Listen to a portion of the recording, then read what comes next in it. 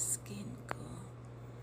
Today, last night was my 8th day at nakikita ko na ang glass skin. Kakagising ko lang. I just woke up.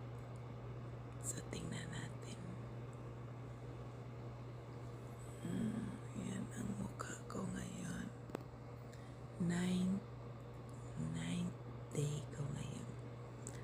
Achieve ko na ang glass skin, guys. Ayan. Wala pa akong hilamos. May muta pa ako.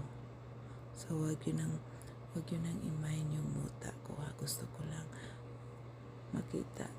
ipakita sa inyo ang update ko ngayon. Today is my 9th day. Tonight is my 9th night. It's Saturday. Last night is my 8th night. May konti pang peel up at saka ang pimples ko super dry. Super dry ang pimples ko. Ayan.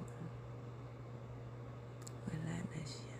So, mawala din yung scars na yan. Ang melasma ko sa agtang, ayan, klarong-klaro na siya. Naglighten din. So, yan alagang Beauty Vault Rejuve. Alagang beauty. Close up ko siya para makita ninyo. So, ayan yung melasma ko sa forehead. So, tingnan nyo ang skin ko, guys. I'm so happy. Meron pa ako ditong konting melasma. Ayan, sa ilong.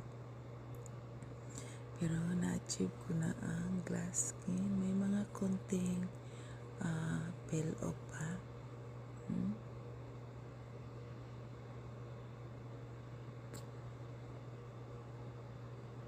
Ayan, but I'm so happy.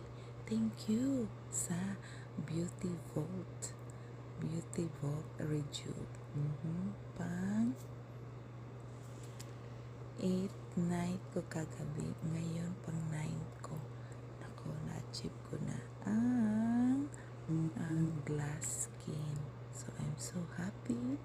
So, kayo, magpaalagang Beauty Vault na kayo dahil totoo ang sinishare ni Adrian Flores. Adrian Flores, I'm also watching your vlog.